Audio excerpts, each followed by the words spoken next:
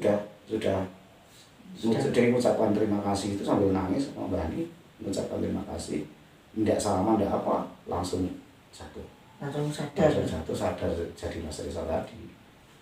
Kemudian kembali itu masih tengah-tengah, masih belum selesai pertunjukan bandengan, masih pertama ini masih berjalan pertunjukan bandengan, kembali lagi ke bandengan itu mulainya biasanya kalau kita pentas biasa mulainya di malam jam 12 jam 1 ya, karena itu acaranya suran kan lebih intinya ke bandengan mau pentasnya jaranan hanya 3 atau 4 gerakan jam 11 ini sudah itu sekitar jam lah setelah mulai bandengan itu 1 jam dan kita hampir setengah 3 loh, jam 3 selesainya itu masih lama.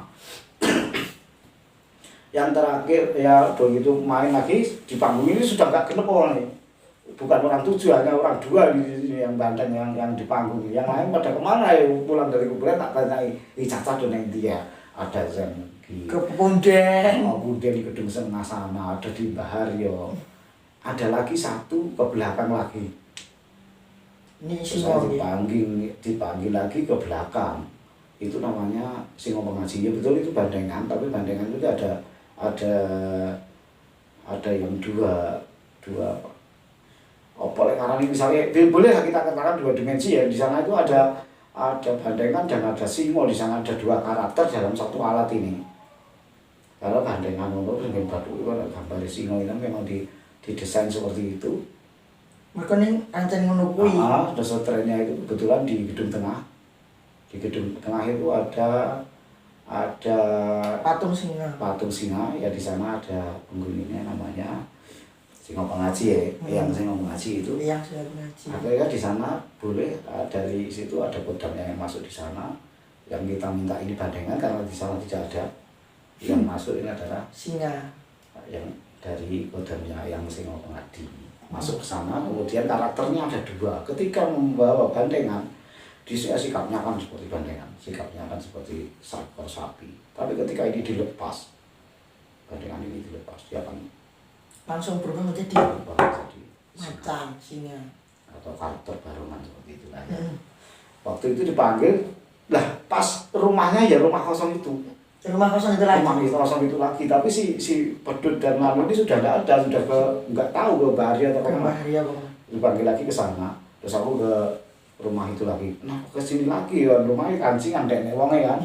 Kemudian dengan ternyata ada yang bawa kuncinya itu dari tetangga situ, ada yang membawa kuncinya, terus kita izin buka pintunya masuk. Di ruang tengah rumah itu ada 3 kamar kalau nggak salah.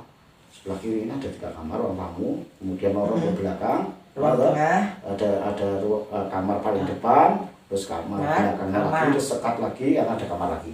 Jadi itu kali ngomong lu kamar tengah. Di situ ada lemper ya, sama tahu lemper itu apa ngulek bumbu lemper gitu yang lemper. Terus ada toples itu toples lawas gitu ya. Toples ada jajan tapi yang jadul, yang toples beling itu tuh enak mendiling ini toples jadul itu. Di situ itu bukan hanya itu, yang pertama itu Singo Pengaji di situ geduk tanah ini, ada yang jatuh dari atas, nggak tahu itu ditaruh atau memang apa dengan sama penghuninya rumah ya. Dia ada jatuh itu koin itu terbuat dari kuningan, koin ini kuningan bukan emas. Kalau emas ampuh sekali kita bisa kaya itu, tebal kok. Gedenya ya lebih dari uang 100 lawas, itu ukuran besar sedikit lah. Itu jatuh dari atas, nggak tahu tulisannya apa, tulisannya huruf Jawa kalau nggak salah, tulisannya huruf Jawa, cuman gambarnya sudah nggak jelas. Itu kalau digosok mungkin masih jelas. Nah setelah itu ditoples itu, saya masuk sudah dapat uang itu, saya masuk ke kamar itu, saya toples ini mau digecek ini, harus dikeprus. Pas dia mau ini tak godeli semuanya, nah di belakangnya baru masuk, tapi coba keprok gitu loh. Dia tadinya marah ini ketahu saya jadi gak jadi marah deh. Cuma keprok sawangan pokoknya. Neng toples itu enak opo itu. Di toples itu ya kalau kita bisa tahu ya, sayangnya nggak bisa tahu seperti pocong yang tadi yang di yang jeding itu. Ini nggak tahu saya, ini bentuknya ini jelas mirip ya seperti tadi, kayak kapuk ngono, tapi ada hitamnya. Menurutku, wah ini cocok potong sing raine ireng ae, tapi dalam perasaan saya ini nggak jelas di mata saya, ini nggak jelas yang di dalam toplesnya apa. Tapi kalau toples ini dikeprok itu akan kemana-mana. Ini di dalamnya ini ya, bukan hanya satu, mungkin ini bisa jadi banyak perasaan saya. Kalau rumahnya ini dirusak, misalnya kandang pitik kan mau rusak kandang udah pitik udah takut inti akhirnya tak larang itu jangan dipecah. Ini diungsikan saja, bisa nggak makin ini benar ada di itu. Akhirnya ini terus mau deleng di manut, tapi kita cuma bongkar. Nah, mau bongkar mau ngeluangkan malah ngedeni wong kampung. Saya bilang begitu sama ini yang masih ngaji, akhirnya diiyakan. Dari gugu lah, terus mau bedeneng dia tak bedeneng kalau saya bilang gitu. Langsung terus ada suruh bawa, tak bawa sendiri ini, tak bawa dewi itu toples dan itunya. Dan lempere tak bawa. Terus dia tak mau melaku di sini, wes itu belum nanti. Terus dia jalan dari camp itu ke utara, kemudian ada jalan masuk ke jalan turun ini. Ternyata di pinggiran Kali Lahar itu ada tikungan begini, di sini nggak ada air. Pas pinggiran air, pas pinggiran kayu. Itu teman-teman yang penonton tadi ada yang cari pacul, senter dan sebagainya. Jadi dibantu oleh teman-teman banyak ini penonton banyak di belakang, ada yang pakai HP, terang banget itu pinggir kali itu. Akhirnya ada diduduk nih kono. Toples ini saya selain ini saya kan sudah bawa cok bakal. Cok bakal kayak enak tagihan ndok tak komplit.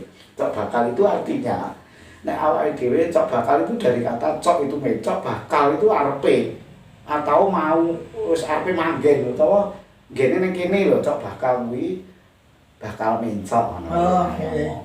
Bakal mencok mulane lek wong arepe gawe omah kuwi mesti mendeme cok bakal karena kita bakal mencok ning kene omah kono kita menempati tempat itu. Dadi cok bakal kuwi karepku ki lho nggenmu ning kene iki lho saiki. Biar tidak enggak kemana-mana. Dia tidak tinggal di lokalisir di situ. Kalau ini isinya banyak ya di lokalisir itu. Kalau hanya satu makhluk ya tetap rumahmu di situ, jangan kemana-mana. Soalnya ini kamu mesti ganggu uang ketika dia sudah di lokalisir di situ. Kecuali orang itu salah ke sana baru dia bisa ganggu, tapi dia tidak bisa mengganggu di luar lokasi dia. Nah, ini kan kita pendem nih kalau pendem di situ, maunya sih di situ, oke. Tak pendem di situ, kita ikut melu juga sulit. Iya, pendem daerah, pas pendem pinggir kali nih kok. Ya, pas itu pendem di situ, lah pendem selesai pendem kembali lagi ke pentas. Kemudian ini beberapa bulan kemudian ya gara-gara karena itu tidak tempatnya di situ ya. Sungai itu ada banjir udah berapa kali, udah berapa bulan kemudian kok itu musim hujan pas itu ya. Musim hujan otomatis kali itu banjir, otomatis bawa pedi, akhirnya tempat itu semakin dalam tertimbun pasir. Nah kebetulan tetangga Sanggar itu tetangga kita di grup itu kan, Pak Narno itu tukang golek wedi. profesinya golek wedi. Nah, pas di situ kan ego-egoannya nah, wedine harus dikelompok di situ. Pasirnya pas di situ Pak Narno kan golek wedi ning kono, otomatis dikeruk tempat itu. Dikeruk. Pak Narno ini nemu yang kita pendem tadi. Toples tadi loh. Nah, toples ini tujuannya kok ya ora kepacul sih toples ini.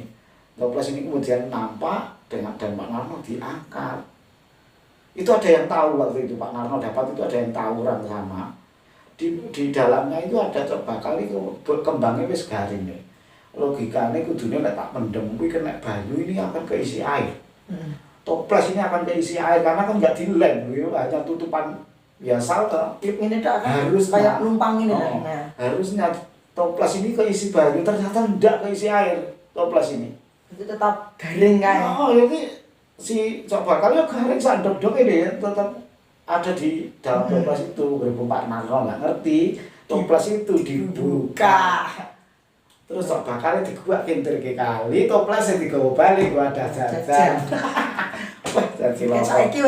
Akhirnya itu menurut tetangga sini istri saya belum pernah ketemu. Ya muka-muka saya ketemu hilang. Akhirnya teman-teman dia apa ya pertama kali itu ngedeni cah cilik tonggoku. Nah aku iki dia ini ngarep omah pagi maghrib Ya. untungnya dia ini nggak ngerti jenenge pocong jeneng kamu nggak ngerti tapi didudoi wong tua-tua ini didudoi aku lho ben maghrib diparani kancaku dolanan diduting bocah diduting kae lho tapi wajah iki ireng ngono kuwi otone opo nah berarti kan kalau di apa lek arani logika berarti dia kan rambyang bener Dan itu beda loh dengan pocong yang minta tolong dari tadi dengan pocongnya itu beda. Ini gue lagi dia awak dhewe nek arane medon.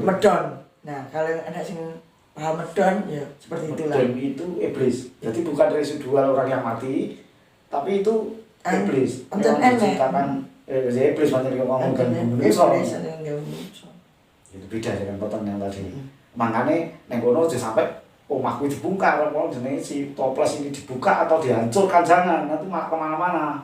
Ternyata teman deh, ketika ditemu Pak Narno, jadi ini sampai saat ini ya? Iya sampai saat ini. Sampai sekarang, malah baru kemarin itu adiknya yang ngasih tahu pertama, niku dia diketahui melihat sosok pocong dan dia nggak berani menolak sedikit pun. Berarti dia jalan toh. Ini mie ayam Pak Komar. Saya tahu mie ayam Pak Komar. Dia dagang untuk ke basecamp ke pagi. Dia jalan biasa. Lala namanya perempuan kan kemeliti. Cawe itu kemeliti tapi jalan di depan rumah Mas Tanang. Dia itu langsung lari seperti orang kebingungan. Seperti aku kudu ndelik nendi. Nah, akhirnya dia ketemu Masih menangis. Ngomong ya cerita Mbak. Sing cerita Hito. Malah itu yang cerita. Di situ enak Hito barang dididing ngono. Jarine tangane ngene. Nah, karo mencolot ngono. Si Lala kuwi mek nangis terus nangis. Sampai itu kejadian barisa Lala bawa pulang itu jam 8. 1 jam Lala enggak berani noleh. Tenan lagi mek ngene makse mek. Terus enggak mari-mari nangis ya.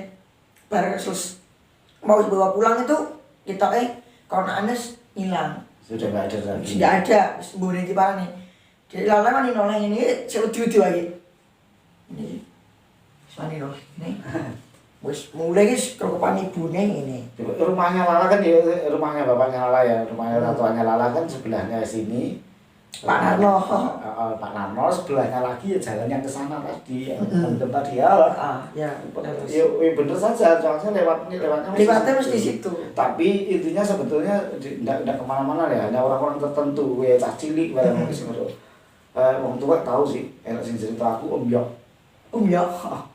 Ada cerita saya Om Yok jam 11 malam kayaknya munculnya dari depannya Kongdi itu, terus ke sini ke arah depan. Nah itu yang saya ragukan ternyata betul.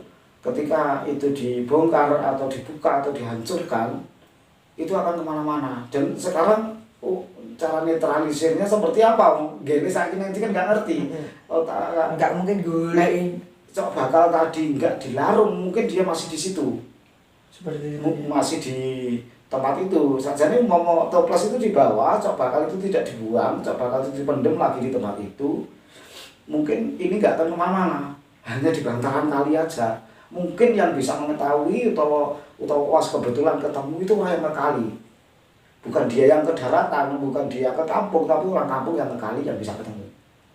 Karena dia tidak bisa ke kampung. Akhirnya ya itu sampai lagi sampai sekarang jadi lebih.